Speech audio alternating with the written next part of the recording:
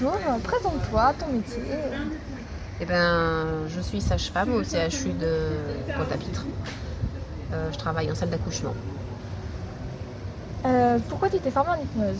Alors, je me suis formée en hypnose parce que j'ai eu l'occasion de découvrir cet outil et que le jour où je l'ai découvert, je me suis dit que ça serait quand même super chouette que je le maîtrise un petit peu plus que ça, parce que ça me paraissait être un outil super intéressant pour l'associer à mon travail. D'accord. Est-ce que tu as fait d'autres formations d'hypnose avant? Oui, j'avais commencé avec quelqu'un d'autre, ça a été très enrichissant, mais c'était une autre manière de percevoir l'outil en lui-même.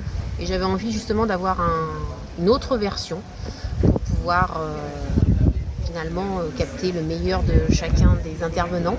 Et du coup, c'est pour ça que j'ai eu l'opportunité de croiser Michael et que cette autre manière d'aborder les choses m'a plu. Et qu'est-ce que ça t'a apporté? De la fonctionnalité vraiment. Aussi bien en salle d'accouchement qu'aux urgences, mais aussi dans ma manière de communiquer en fait, tout court, aussi bien avec les patients, mais même l'équipe médicale. Donc c'est pas juste un outil, où tu fais faire la poule sur un mur. Ça m'intéresse pas ce côté-là. Ce qui est intéressant, c'est que tout d'un coup, tu arrives à communiquer d'une meilleure manière, d'instaurer une confiance différente avec la personne qui est en face de toi.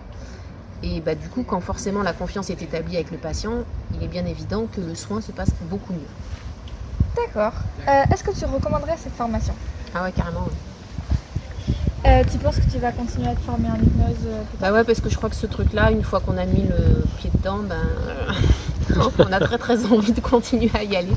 Donc il y a de fortes chances que je continue, ouais. C'est vraiment un outil passionnant.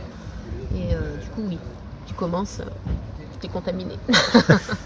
Parfait, merci beaucoup. De rien, madame.